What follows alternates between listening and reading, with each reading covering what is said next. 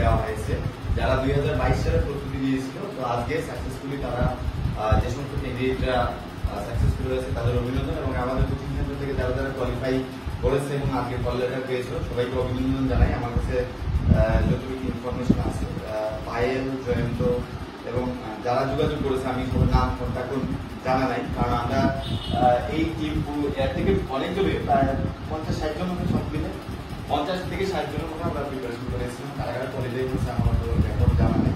যাদের সাথে যোগাযোগ পাই হলো মরিয়ম এর মধ্যে একজন আছে, আজকে উপস্থিত হয়েছে আমাদের এখানে, এবং ও তার খুশির সংবাদ আমাদের সাথে শেয়ার করতে এসছে এখানে। আমাদের খুব ভালো লাগছে এবং তোমার অনেক অনেক অভিনন্দন।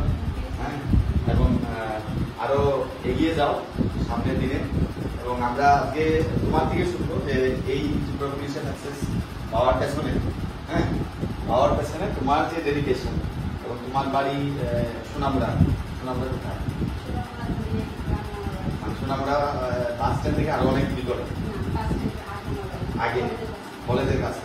তাহলে ওইখান থেকে তুমি তোর আগরতলায় থেকে তারপর ফিজিক্যাল করতে প্রিপারেশনের জন্য 2022 তো তোমার সাথে আমার প্রথম কথা শুনে। আচ্ছা, তারপরে আসা এবং তারপর থেকে যে ধরো এত দূর থেকে আগরতলা থাকা অ্যান্ড দেন প্রিপারেশন করা, এই সম্পর্কে ধরো তোমার একটা অভিজ্ঞতা হয়ে গেছে, ঠিক না? কখনই ইচ্ছা হয় যে যাবো, কখন না। তুমি প্রথম একদিন তো মিস করেছিলে, কথা দিয়েছিলাম যে না এলে আর পড়াবো না, ঠিক না?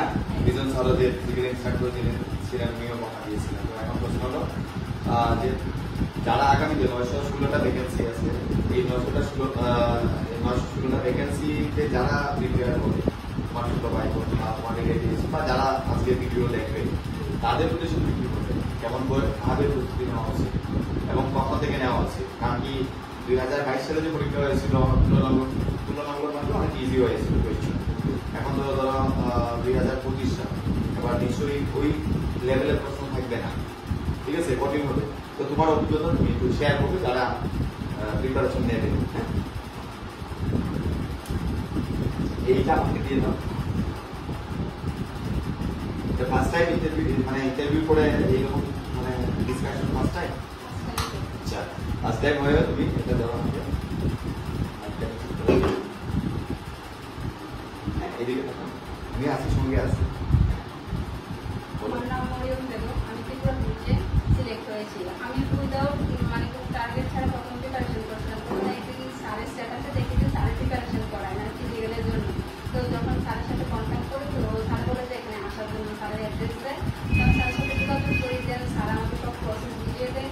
ডে বাই ডে আমি স্যারের সাথে থাকি, কনফিডেন্স ফিল করি। প্রথমে আমি একদম কনফিডেন্স ছিল না, ঠিক আছে। তারপরে স্যারের সাথে থাকি, ফিজিক্যাল ক্লিয়ার হয়ে যায়। তো তারপর তো আরো বেশি টেনশন হচ্ছে, এবার আমার রিটেনের জন্য কি করবো। তো স্যার বলছে টেনশনের কিছু নেই, যা সিলেবাস আছে এগুলো করে যা, হয়ে যাবে। তো স্যার যেভাবে গাইডলাইন দিয়েছে আমি এভাবে ফলো করেছি, দেন আমার ক্লিয়ার হয়ে গেছে।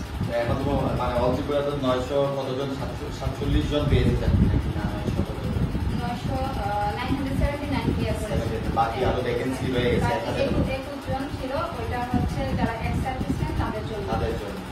তোমার র্যাঙ্ক কত হয়েছে অল ত্রিপুরা? আমার অল ত্রিপুরাতে 76, মানে 1000-এর মধ্যে ওর র্যাঙ্ক, মানে কনফিডেন্স নাই তবুও 76 হয়েছে। এখন যারা প্রস্তুতি নেবে তাদের, যারা পুলিশে যেতে চায় বা ডিফেন্সে যারা যেতে চায়, তোমার সঙ্গে যারা সুমা রুমা, এরা বেসিক্যালি সেন্ট্রাল বুঝে চলে গেছে, তাই না? তারাও তোমার সঙ্গে তো কম্পিটিশনে এসেছিল। এবার ঘটনা হলো যারা একদম নিউ, যাদের 18 জাস্ট হয়েছে বা হবে ধরো 2 মাসের মধ্যে, তাদের কিভাবে প্রিপারেশন, সেলফ স্টাডি করা দরকার বা নিজে নিজে পড়লেও বেসিক্যালি প্র্যাকটিস করলে, ফিজিক্যালটা নিজে নিজে করলে সম্ভব হয় অনেকটা।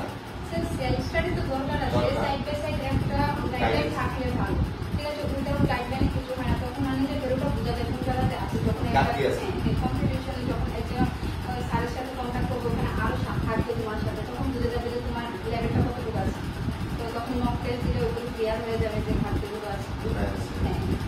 ফিজিক্যালের জন্য ধরো না শর্টফুট অনেকের কাছেই থাকে না, শর্টফুট, ঠিক না? শর্টফুট অনেকের বাড়িতে তো শর্টফুটের এই 5 কেজি ওজনের 7 কেজি ওজনের যে বলগুলো, এগুলো তো থাকে না। তো এগুলো প্র্যাকটিস করা বা অনেকে ড্র করে কি এইভাবে টিম পাবে।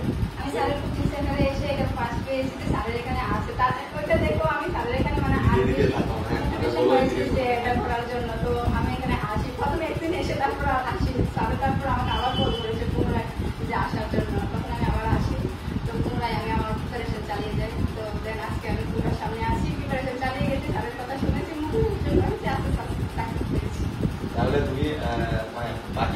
স্টুডেন্টদের কাছে একটাই তোমার কি সাজেশন থাকবে যে প্রিপারেশন মানে আগে সময় থাকতে পারে। গিভ আপ করলে হবে না, একটা কথা আছে না, গিভ আপ করলে হবে না। যদি তুমি কনসিস্টেন্স সাথে চালিয়ে যাও তোমার সাকসেস আসবে। এছাড়া ধরো মানে যারা বেসিক্যালি মেয়েরা, হ্যাঁ মেয়েরা অনেকে দুর্বল থাকে বা লজ্জা বোধ করে, ঠিক আছে? যেটা আমি ফিল করছি স্যার, আমি কিন্তু একদম গ্রামের মেয়ে, হ্যাঁ ও সুনামদা একেবারে, হ্যাঁ ও একেবারেই গ্রামের মেয়ে এবং সুনামদা কলেজের পার্শ্ববর্তী গ্রাম, তাই তো? একটু সামনে তো পার্শ্ববর্তী গ্রাম এবং সেই গ্রাম থেকে উঠে আসা, মানে ধরো সরকারি চাকরি তোমার পরিবারে তুমি প্রথম। এর আগে কেউ চাকরি করেছে কিনা তোমার পরিবারে? আমি ত্রিপুরা পুলিশে আমি পাস। মানে এর আগে তো সরকারি চাকরি ছিল না। আমি অনেক পড়ালেখা করেছি, আমি সাকসেস মানে পেয়েছি। তুমি গ্রাজুয়েশন করেছো? হ্যাঁ, আমি অনেকটা স্ট্রাগল করতে হয়েছে পড়ালেখার ক্ষেত্রেও আর কি লাইফে আসার জন্য। মানে কোন কলেজ থেকে গ্রাজুয়েশন করেছে? স্যার আমি আরটিসি কলেজ থেকে গ্রাজুয়েশন করেছি। তোমার আরটিসি কলেজের টিচাররা খুশি হবেন? হ্যাঁ স্যার, আমার কলেজ থেকে 8 জন পেয়েছি আমরা ইয়ার থেকে। বাহ, সেটা তো দারুণ হয়েছে।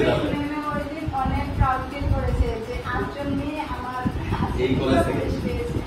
তাহলে আরটিসি নাম পাইল আরটিসি থেকে, এর মধ্যে দুজন আমাদের স্টুডেন্ট আরটিসি থেকে। আচ্ছা, তাহলে তোমার আরটিসি সময় ওই সময় প্রিন্সিপাল জ্ঞান কে ছিলেন? প্রিন্সিপাল ম্যাম, আমি যখন পাস আউট হয়েছি তখন কি দাস একজন ছিলেন না? উনি বর্তমানে থাকেন না।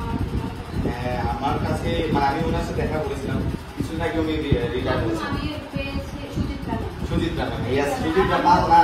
হ্যাঁ, তো কলেজে এসেছিলাম তখন পেয়েছিলাম, মধ্যে সার্টিফিকেট। তো ফাইনালি ধরো যাই হোক, তোমার বাড়ির মানুষজন খুশি কিনা এই ব্যাপারে? মানে তোমার তো মানে দাদুর বাড়ি দিকে মামার বাড়ি দিকেও কেউ নাই। আচ্ছা, মানে ওর গ্রামে প্রথম পুলিশের চাকরি, ঠিক আছে, মরিয়ম। এবং তার মায়ের বাড়ির দিকে মানে মামার বাড়ির দিকেও ও প্রথম সরকারি চাকরি এবং ত্রিপুরা পুলিশে পাওয়া, এবং বাবার বাড়ির দিকেও ওর প্রথম চাকরি। তাহলে এটা একটা প্রাউড মুভমেন্ট। এবং ও যে স্ট্রাগল করেছে একদম গ্রাম থেকে উঠে আগরতলা শহরে ভাড়া থাকা এবং আর্লি মর্নিং এ 5টার সময় ট্রেনিং এ যাওয়া, এটা একটা চ্যালেঞ্জিং ব্যাপার ছিল। এবং আমরা আগরতলা শহরের মধ্যে মানে প্রথমেই আমরা এই কি বলে ফিজিক্যালের জন্য প্রথম কোচিং সেন্টার আমরা খুলেছিলাম। রিটেনের জন্য বা অন্যান্য কম্পিটিটিভ এক্সাম আমাদের কিন্তু চলতো, কিন্তু ফিজিক্যালটা আমরা আমাদের কোচিং সেন্টারের ইতিহাসে আমরা 2022 সালে শুরু করি।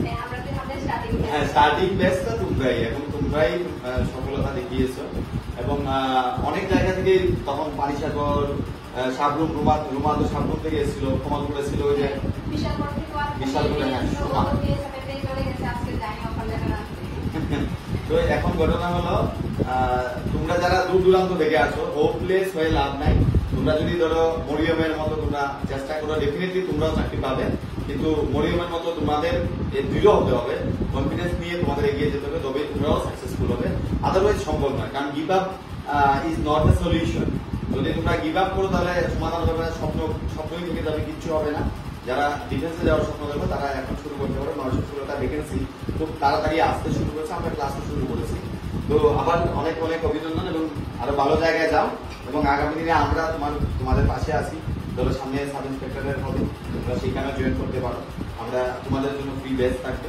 এবং ত্রিপুরা পুলিশে তো আমরা ফ্রি করিয়েছি তোমাদের, তোমরা তো ফ্রি বেসে ছিলে আইএল তুমি।